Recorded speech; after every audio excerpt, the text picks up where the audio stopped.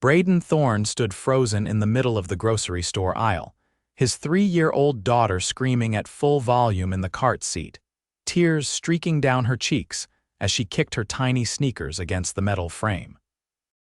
He looked like the definition of panic in a tailored navy suit, hair tousled from running his hand through it too many times, a bottle of organic apple juice in one hand and a pacifier clenched awkwardly in the other. "Please, Veda, just baby, come on," he muttered, crouching slightly to her level, his voice low and desperate. "Daddy's trying, okay? We're getting the juice you like. I'm doing my best here." She only cried louder. People were starting to stare. Then, like something out of a movie, a voice spoke behind him, calm, warm, and completely unbothered by the chaos. "Mind if I try?" Brayden turned around, startled. A woman stood there, holding a basket of produce and granola, her honey blonde hair tucked into a loose braid, her green eyes soft but focused on his daughter, not him. "I'm sorry," he asked, caught off guard. She walked closer and crouched beside the cart, her eyes still on Veda. "Hi there, sweetheart. That's a big sound for such a little girl," she said gently. "You must be really upset." Veda hiccuped, her crying slowing just enough for the woman to keep going. "I know it's hard when things don't feel right," she said, pulling a small stuffed giraffe from her bag. "Want to hold Gerald? He's a really good listener." Veda blinked through her tears. Then, to Brayden's complete shock, she reached for the giraffe and clutched it to her chest. The sobs melted into sniffles. The woman smiled softly. "There we go. Deep breaths, okay." "You're okay." Brayden stared at her like she had just performed a miracle. How did you do that?" She stood, brushing her jeans off. "Kids don't want to be fixed, they want to be seen," she said simply, then looked up at him. "She's a sweet little one." "Probably just overwhelmed." "Yeah," he said, still stunned. "Yeah, we both are," she laughed. "I could tell. I'm Brayden," he said quickly, offering his hand. "Brayden Thorne," her grip was firm. "Helena Foster." "Nice to meet you." He glanced at Veda, who was now stroking the giraffe's ear with one chubby finger, her breathing calm. "You're a magician, Helena," Helena shrugged. "Just a nanny, comes with the territory." That explained a lot. "Well, I owe you big time. Can I buy you a coffee or something? As a thank you," she hesitated, studying him for a beat. "You don't have to." "I want to," he said. "Please, I don't usually do this kind of thing, but I really want to." Her eyes flicked to Veda, then back to him. "All right. I've got 10 minutes. They walked to the cafe down the street, Helena pushing the cart since Veda refused to let go of her finger. Brayden was quiet for most of the walk, still watching the ease with which Helena interacted with his daughter. It was like she spoke a language he'd never learned. They sat outside under a striped umbrella. Brayden ordered 3 drinks, 2 for them, 1 chocolate milk for Veda. She was curled in Helena's lap by then, content and humming softly. "You're amazing," he said, not bothering to hide it. Helena smiled, but her eyes didn't flash with pride like he expected. She just needed someone to meet her where she was. "You're really good with kids." "I've been a nanny for 6 years. I work with a family in the area." He leaned forward. "You ever want to be anything else?" Helena blinked. "Excuse me." "Sorry," he said quickly. "That came out wrong. I just meant you're clearly smart. You've got a great way with people. Not that nannying isn't," she laughed, and it was the kind of laugh that made him feel like she was letting him in on something. "It's okay. I get it a lot. But I like what I do. I like being the person little kids feel safe with. It's enough for me." He looked at her, really looked at her for the first time. She wasn't flashy, no makeup, worn jeans, a rust-colored cardigan with a loose button. But there was something about her that made the world feel quieter just by existing in the same space, and he'd spent years surrounded by people who made everything louder. "So," she asked, tearing a piece of muffin for Veda, "what do you do, besides panicking in grocery stores?" He chuckled. "I run a few companies, mostly software and tech investments. Let me guess, you're the I live in a high-rise and never sleep type." "Pretty much," he said. She raised a brow. "And you're doing solo dad duty," he nodded. "My ex-wife moved overseas. She visits, but I've had Veda full-time for a year now. I'm figuring it out." Helena's expression softened. "That's a lot." It is, but she's worth everything. They sat in comfortable silence for a few seconds. Then she said, "Well, for a first-time meltdown, you handled it better than most." I was dying inside. "I could tell," she teased. He smiled again, wider this time. "You ever do private nannying?" She gave him a look. "Are you offering me a job?" "I'm considering begging you for one," she laughed again. "You don't even know me." "I know that my daughter hasn't stopped smiling since you showed up. That's enough." Helena looked down at Veda, who was now asleep against her chest, mouth slightly open. "She's sweet. She's my whole world." Helena met his eyes. "Then I'm glad she found you." He didn't know what came over him, but he reached out and tucked a loose strand of her hair behind her ear. "I'm really glad I found you too." She froze just for a second, then smiled. "You don't even know me, Brayden. I'm looking forward to fixing that." And for the first time in a long time, he meant it.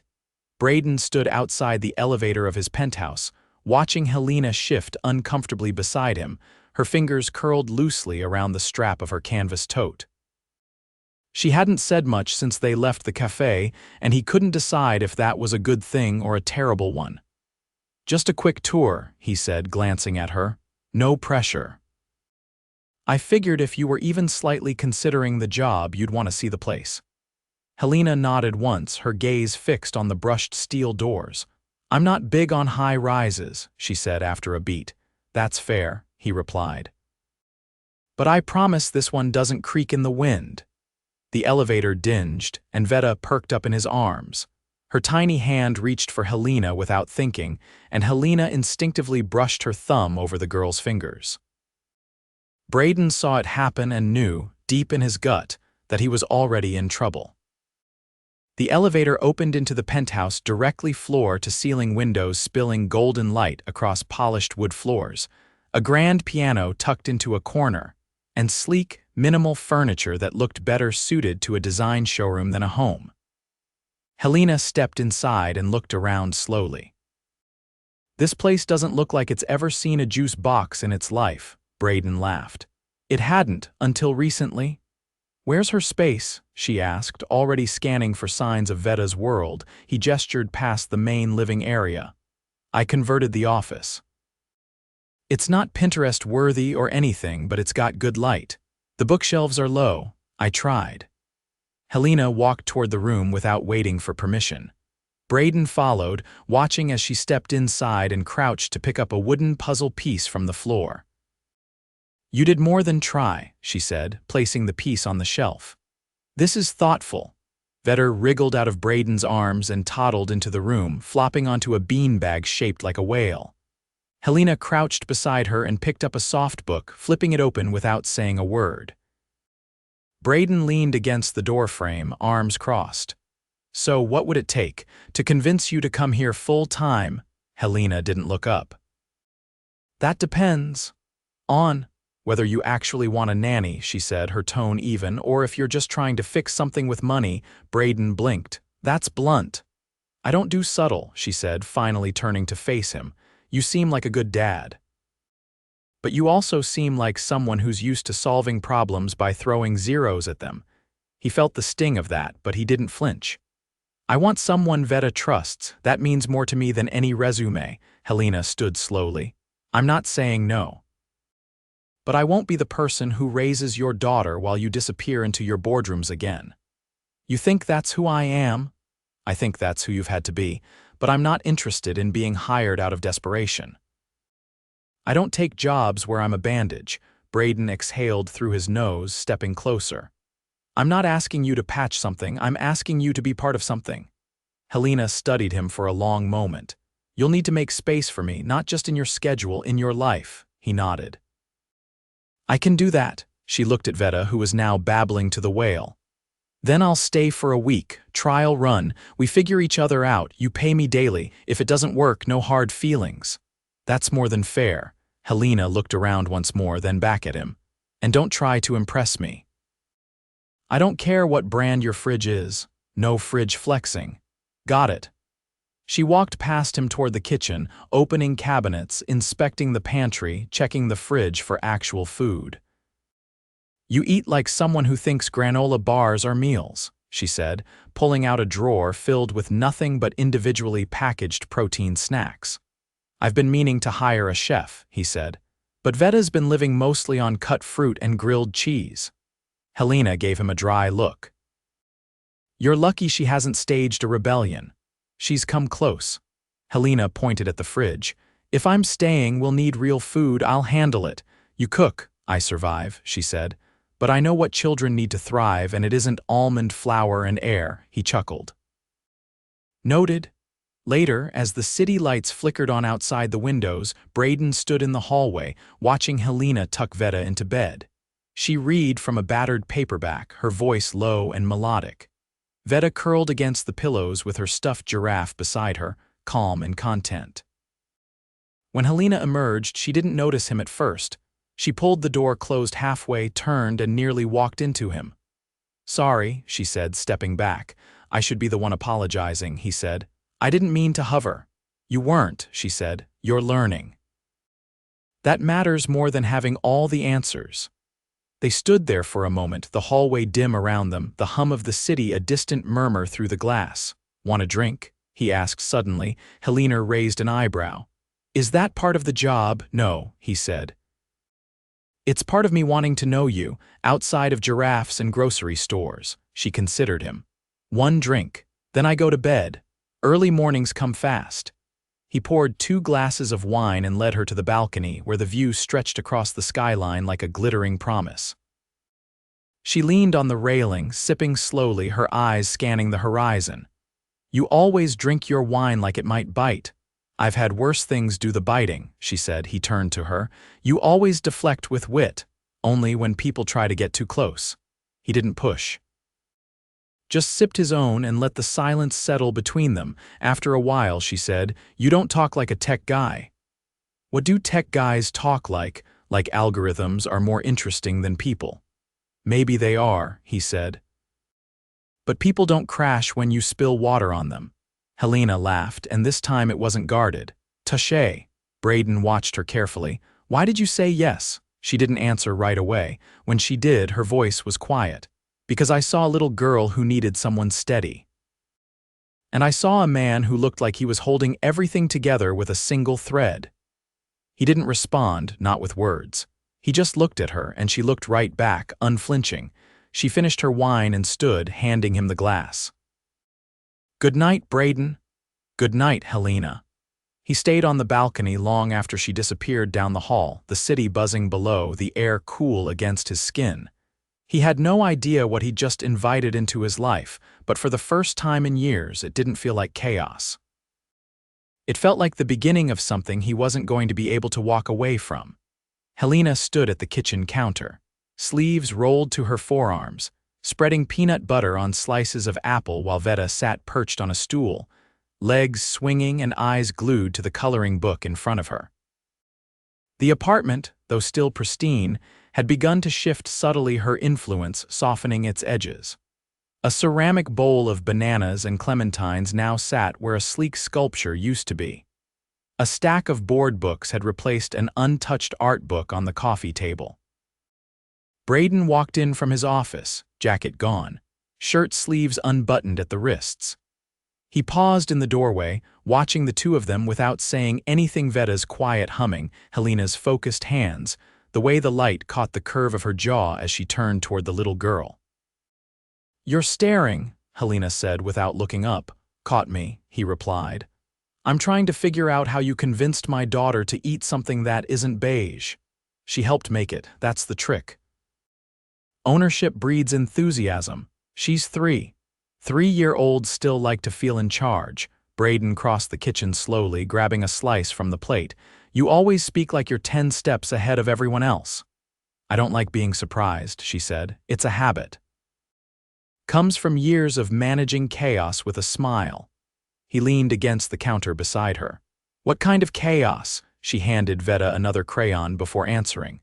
One of my first families had twin boys who believed silence was a personal insult. I once found them trying to paint the dog with yogurt. Another had a child who only responded to Shakespearean insults. Called me a vile canker blossom for a month straight. Brayden laughed. And you stayed, Of course, I loved them. Kids aren't hard, adults though. Let me guess, he said. We're the ones who complicate everything. You said it, not me. I'm trying not to complicate things. I noticed you're hovering less.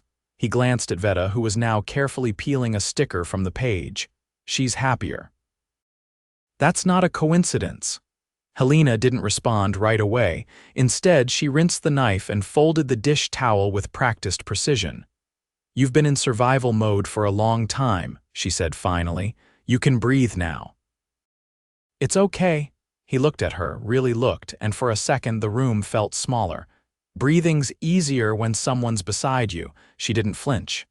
I'm not here to be beside you, Brayden. I'm here for her, I know.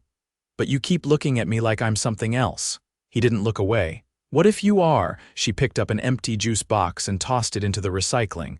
Then we've got a problem. Why? Because feelings complicate employment.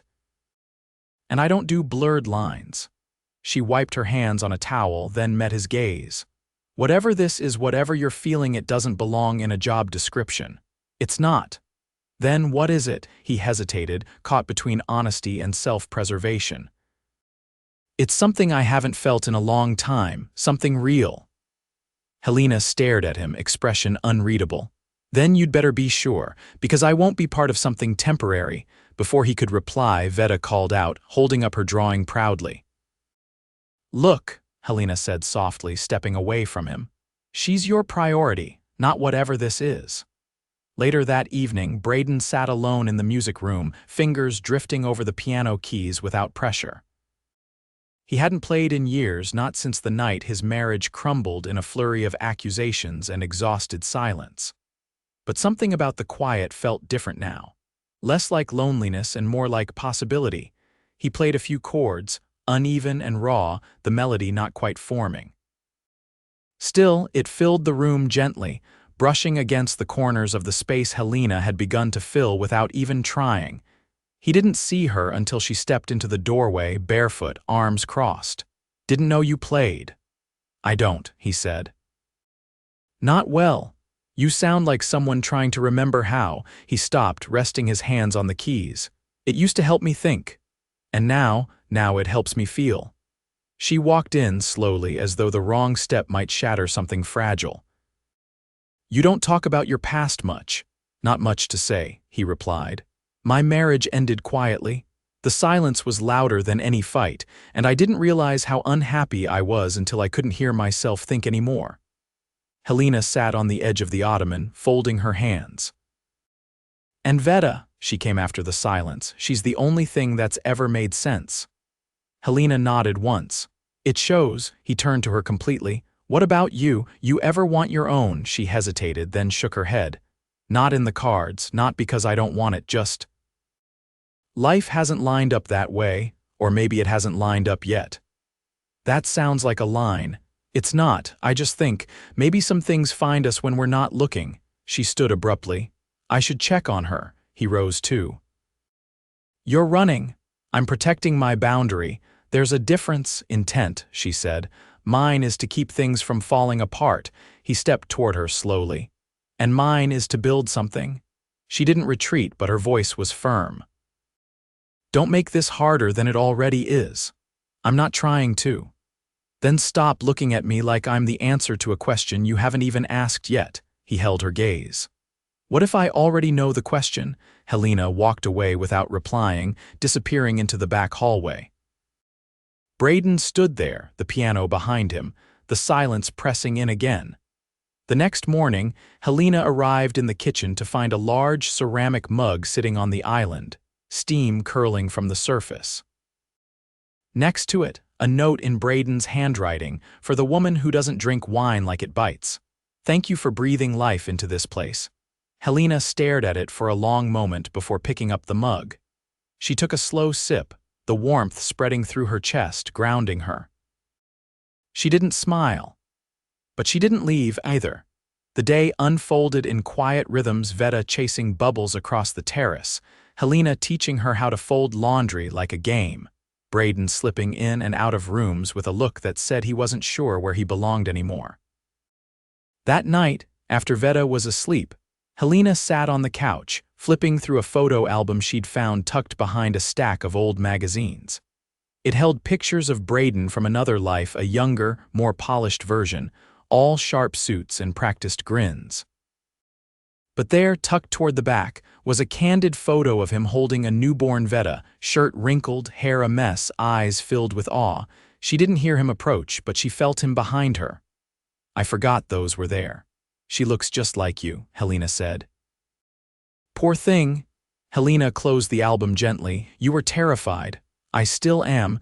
She set the book down and looked up at him. "Good, that means you care." He sat beside her without touching. "I don't know how to do this. Be a father? No. Be a man around someone like you." She turned to face him fully. "Then don't try to be anything, just be." He reached for her hand, tentative, unsure. She didn't pull away. "If we cross this line," she said, voice low, "we can't go back." "I don't want to go back," he said. "I want to see where this leads." Helena exhaled slowly. "Then you need to be all in, not halfway, not when it's convenient." "I don't do halfway." She watched him for a long time, then finally she laced her fingers through his. "That's the only reason I'm still here." Outside, the city pulsed against the glass, but inside, the world had narrowed to two people who had stumbled into each other's lives by accident and were now standing on the edge of something they couldn't name yet. But it felt like the beginning of everything. Rain splattered softly against the windows, casting blurred shadows across the living room walls. The city beyond was a watercolor of lights and movement, but inside Brayden's penthouse, the world had gone still. Helena stood barefoot in the kitchen, slicing strawberries for Veda's breakfast. The little girl was tucked in the playroom down the hall, humming to herself while arranging magnetic tiles into a crooked castle. Brayden leaned against the pantry doorway, arms folded as he watched Helena work. He hadn't meant to fall into these rituals, with her mornings filled with quiet cooperation, evenings that bled into conversation, but they had become the rhythm of his days. "You always cut the tops off like that," he said, his voice low. Helena didn't look up. "Like what?" "Like you're doing surgery. It's precise, intentional." "That's what you noticed, not the fact that I talked to them while I cut," he smiled faintly. "That too." She set the knife down and wiped her hands. "I tell them they're appreciated. That way they go down sweeter." "Do you talk to everything in your life like that? Only the things I want to stay?" Brayden stepped closer, the rain behind him a hush. "Then I hope you're saying nice things to me." Helena finally turned, her expression unreadable. "Only if you're listening." "I've been listening since the moment you walked into that aisle. You were panicking, still listening." She leaned back against the counter, crossing her arms. "You think this is something you can name and keep?" "I think this is something I don't want to lose." Helena tilted her head. "What are you offering, Brayden? Really offering, not what looks good on paper. Not what you think I want to hear." He stepped in until the space between them vanished and placed his hands on either side of the counter behind her, caging her in without touching her. "I'm offering the part of me that doesn't know what the hell to do with this feeling," he said, his voice low and rough. "The part that wants to wake up and see your shoes next to mine, that wants to hear your voice in every damn room of this place. I'm offering everything I was too afraid to give to anyone else." Helena didn't move, didn't blink. "And when it gets hard, it already is. And when I want things you don't even know how to give, then I'll learn." Her lips parted, but no words came out. She looked away for the first time, eyes flicking toward the rain-streaked window. "I'm not someone you can just fold into your life, Brayden," she said finally. "I come with edges. I won't always be easy." "I don't want easy," he said. "I want honest." She exhaled slowly. "I want to believe you." "Then do."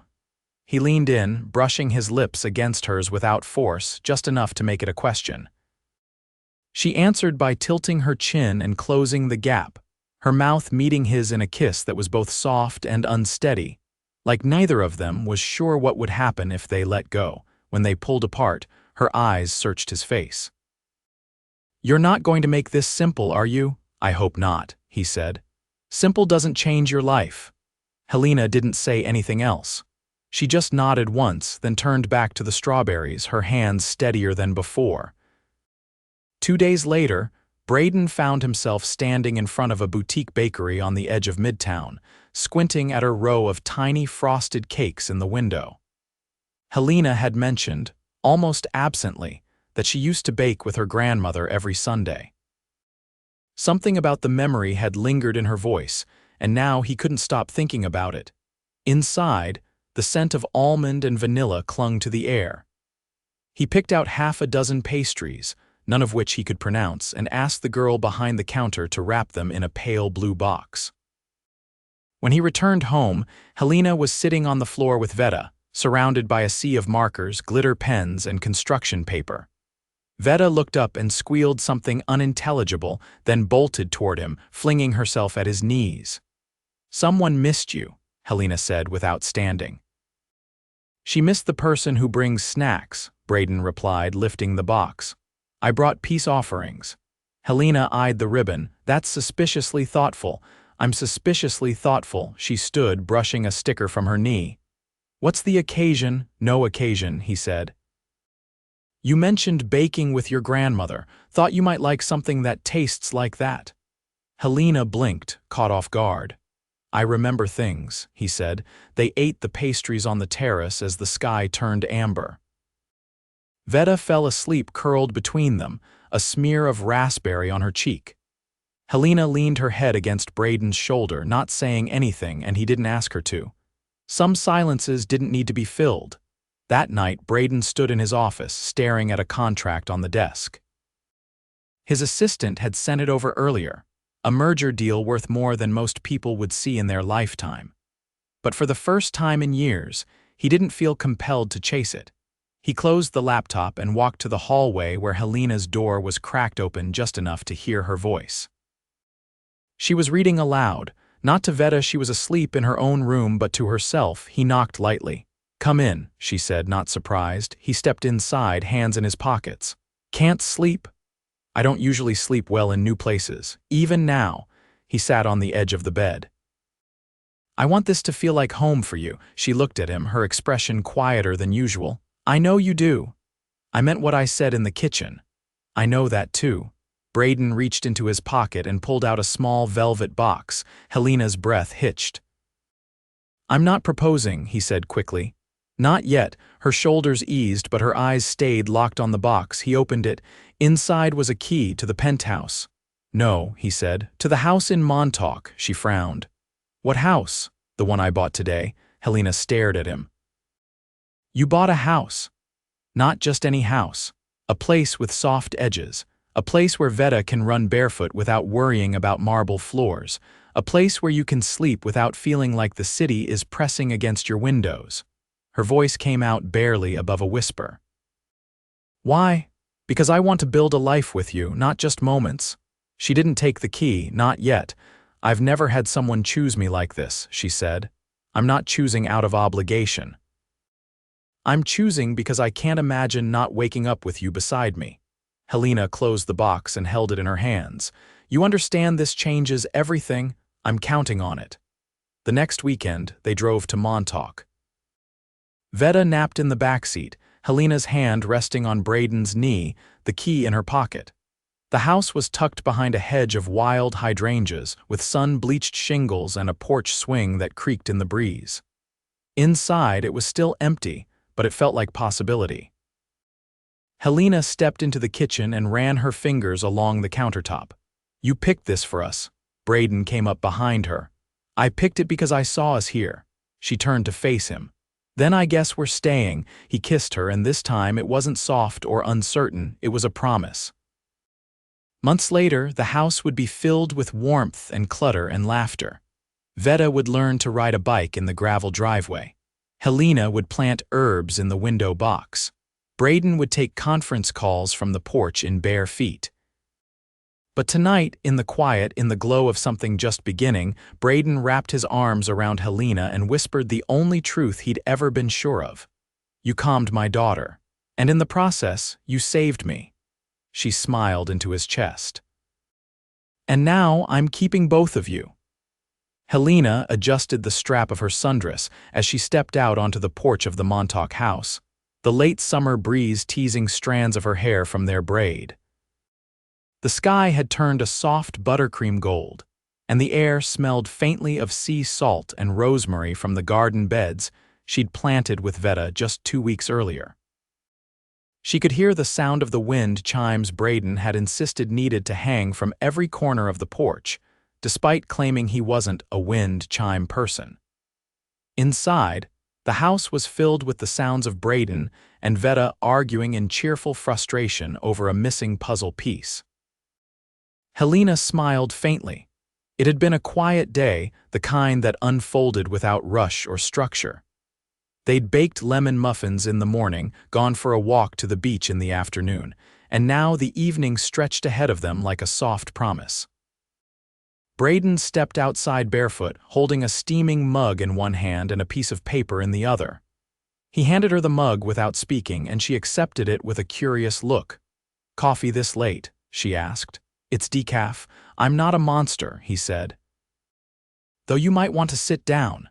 She narrowed her eyes but sank into the porch swing anyway, tucking her legs up beneath her. Brayden remained standing, his expression unreadable as he unfolded the paper, then looked at her. "I've been thinking," he said, "about permanence. That's a heavy word for a Tuesday," he ignored the tease. "I've spent most of my life chasing growth, expansion, bigger, faster, more. But I never realized how much I wanted stillness until you gave it to me." Helena's fingers curled around the mug. "You're scaring me. What's on the paper?" He held it out. She took it slowly, unfolding it to reveal a hand-drawn blueprint, rough and messy, but detailed. It was a sketch of a small building nestled behind the house with wide windows and a long wooden work table. "It's for you," he said quietly. She looked up. "What is it? A studio, so you can paint again?" She froze. "I never told you I used to paint." "You didn't have to," he said. "I found your sketchbook in the back of the linen closet, covered in dust. It looked like it hadn't been opened in years." Her voice was hoarse. "That was before I started nannying, before everything got practical. I want you to have impractical things again," he said. "I want you to have space to remember who you are when no one needs you." Helena stared at the sketch, her heart thudding heavily in her chest. "No one's ever asked me what I need when I'm not taking care of someone else." Brayden knelt in front of her, resting his hands on her knees. "Then I'm asking now, what would make you feel like this is your home, not just a place you've made livable for us?" She set the mug down, the blueprint fluttering in her lap. "I think I already do feel that, but that doesn't mean I'm not still afraid." "I know," he said. "But I'm not going anywhere, and I want you to stop preparing yourself for the day I might." Helena reached out and traced a line on the sketch. "If you build this, I can't promise I'll know what to do with it." "You'll figure it out," he said. "You always do." The next day, construction began on the studio. Veda insisted on helping, which mostly meant handing workers wildflowers and demanding they hammer more gently. Helena watched from the porch, arms wrapped around herself, wondering how she'd stumbled into a life so different from the one she'd built carefully for herself over the years. That night, Brayden cooked dinner, grilled halibut with roasted vegetables, which turned out surprisingly edible. After Veda went to bed, Helena stepped into the kitchen to find him lighting the last of the candles on the table. He looked up. "I have one more surprise." She shook her head, laughing. "You're relentless. I'm thorough." He pulled out a chair and gestured for her to sit. She did, eyeing him with suspicion. "I know you hate being the center of attention," he said, pouring her a glass of wine, "but I need 5 minutes of that tonight." Helena leaned back. "Why do I feel like you're about to say something terrifying?" "Because I am." He reached into his pocket and pulled out a small velvet box, placing it gently on the table between them. Her breath caught. She didn't touch it. "I wasn't looking for this," he said. "But then you showed up and turned every part of my life inside out.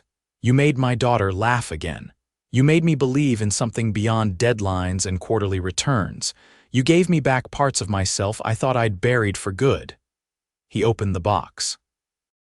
Nestled inside was a simple gold ring, delicate, with a single oval-cut sapphire at its center. "I didn't want to get you something expected," he said. "I wanted it to be something only you would wear, something quiet and strong and impossible to overlook." Tears welled in her eyes. "Helena Foster," he said, "will you marry me?" She stared at him, unable to speak, the tears slipping down her cheeks before she could stop them. "You don't have to answer right away," he added quickly. "I didn't mean to ambush you, I just—" "Yes," she whispered. He froze. "What?" "Yes," she said louder, laughing through the tears. "You absolute idiot, of course, yes." He stood and pulled her into his arms, holding her so tightly she could barely breathe, but she didn't want to breathe. She just wanted to stay wrapped in this moment forever. The wedding took place 3 months later in the garden behind the Montauk house. Veda walked down the aisle barefoot, scattering wildflowers from a woven basket, her curls bouncing with each step. Helena wore a pale blue dress, her hair pinned loosely with sea glass combs Brayden had found on the beach and hidden away for weeks. He wore no tie, no jacket, just an open white shirt and linen pants, matching the quiet warmth of the life they'd built together. They wrote their own vows, whispered them beneath the shade of the old sycamore tree. No guests, no photographers, just the three of them and the wind and the sound of the waves in the distance. Later, they danced barefoot on the porch, the string lights overhead glowing softly. Brayden held her close, his fingers tracing slow circles on her back. "You know," he murmured against her hair, "I used to think success meant walking into a boardroom and having everyone stand up. And now it means coming home and hearing you laugh in the kitchen." Helena leaned into him, her eyes fluttering closed. "That means you're finally living."